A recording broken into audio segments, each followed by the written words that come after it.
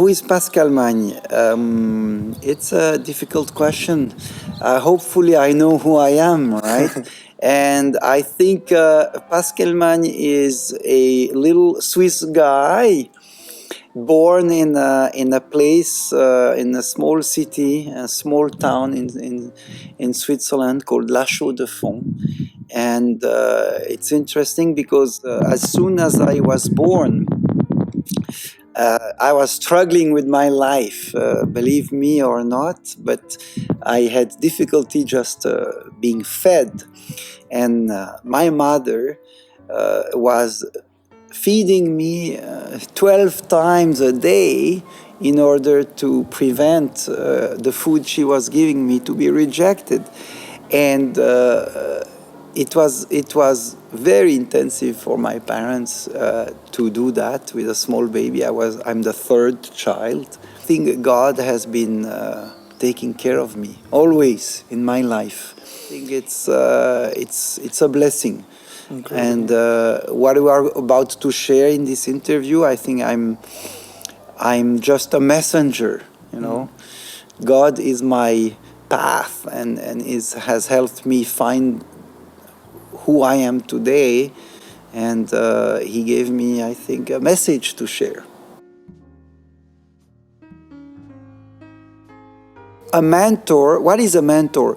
Is a dental father, or of course it could be a mother also.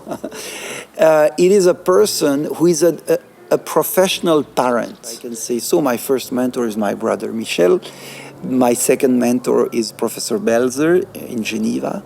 And the third one is Professor Bill Douglas in Minneapolis, who gave me this research knowledge. You need to be in love with God's creation, the tooth made of enamel, dentin enamel junction, the pulp, the periodontal ligament, the bone. You need to be in love with the reference, the model, the intact tooth. What I like to say is biomimetics is not primarily driven by aesthetics. It's not. Aesthetics is the cherry on the top. And a lot of people ask me, but should aesthetic biomimetic dentistry be a specialty? My answer is no. Aesthetic biomimetic dentistry is everyday dentistry. It's daily bread dentistry. It's dentistry done right. It's the consequence of respect for biology, function, and mechanics.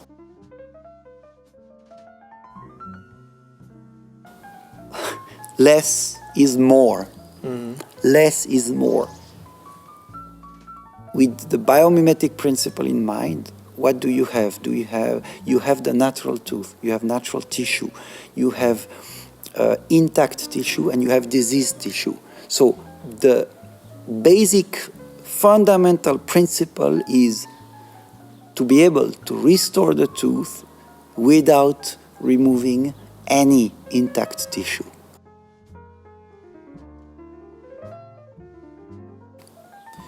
Failure is how we learn, right? So failure is very hard to take for your ego.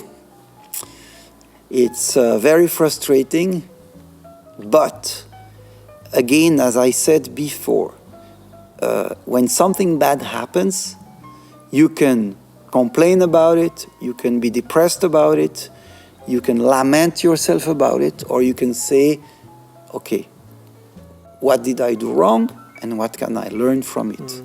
And once you change this attitude, failure becomes something to... I deal with that problem all the time with my students. Students complain always when you give them a bad grade. And they come, and they lament, and they complain. And I tell them, rejoice. Failure is how you learn.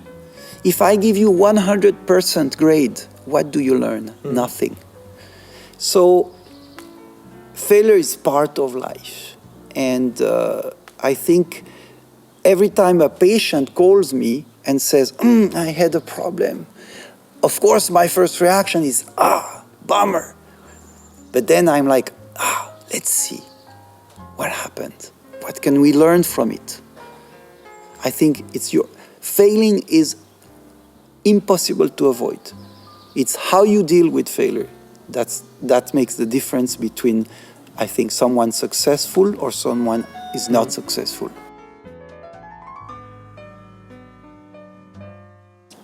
I would like to say, I feel sometimes more as a messenger than the main actor in these things, because it's a teamwork, it's circumstances, it's many things together. But above all, of course, I have to say it's also passion. Passion and love. Those are the qualities I'm expecting from. And I think if someone is passionate, if someone loves what he's doing and the others, this person will always do the right thing. If this is my last day, I want to tell the world, don't worry about me, because where I'm going, I know exactly what to expect.